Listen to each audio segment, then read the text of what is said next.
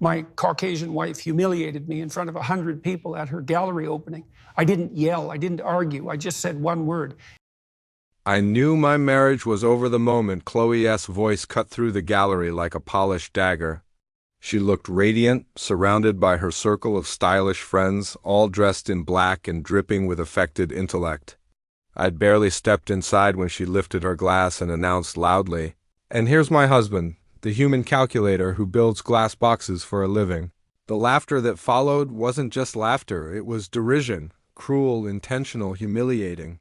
I stood frozen, champagne flute sweating in my hand, stunned that the woman I had once built a life with now used me as a punchline. But Chloe didn't stop. She leaned in, smirking at her friends as she added, "You should hear him talk about concrete reinforcement at dinner.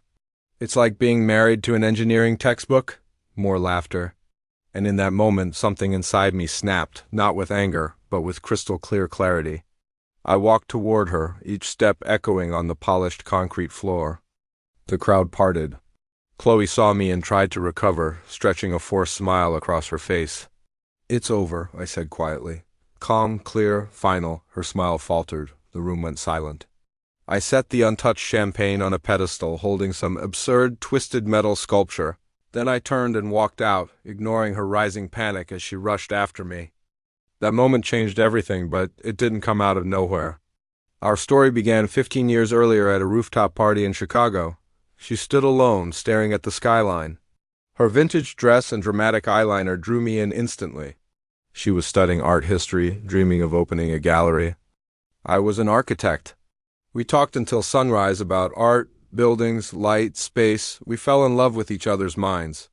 Our early years were beautiful. I believed in her dream relentlessly.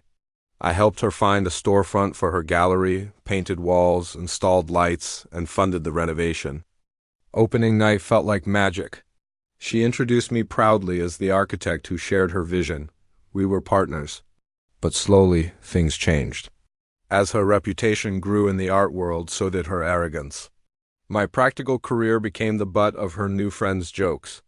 She'd introduce me with subtle dismissal, saying things like, "Mark builds very safe, very practical buildings." It started small, but the contempt grew louder every year. At home, we drifted apart. She dismissed my achievements and rolled her eyes at my projects. When I made partner at my firm, she barely reacted. The clean gallery space I designed was ripped apart when she rebranded, hiring a designer who created a dark, jagged, inaccessible environment. She called me too structured to understand emotional work. The mockery wasn't just teasing. It was cruelty performed for an audience.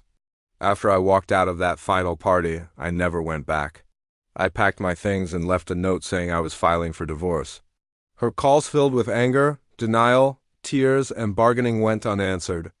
My lawyer, Sandra Reeves, was formidable. We had a solid prenup, and I had documentation for every dollar I invested in her gallery, over $800,000. When Chloe's lawyer tried to argue for a share of my partnership stake, the prenup shut that down instantly. Reality hit when her gallery's rent came due. For the first time, I wasn't there to cover the shortfall. She panicked and demanded $12,000. I declined. "I thought I was just a boring corporate drone," I reminded her. The gallery began to collapse. Her lease renewal came at double the market rate. She begged me to intervene. I refused. I wasn't being cruel. I simply stopped rescuing someone who never valued what we built together. Meanwhile, my career soared.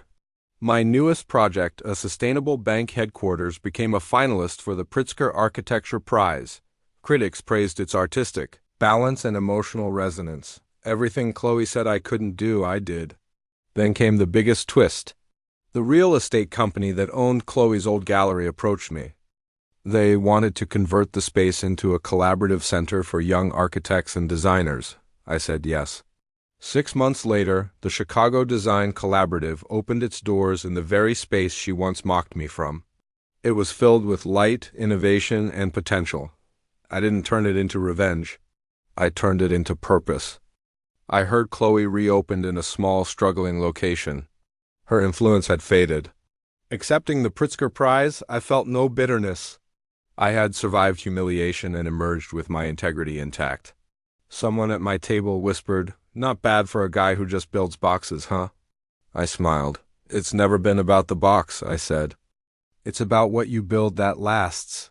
Chloe's world was about temporary spectacle. Mine was designed to endure. Thanks for watching.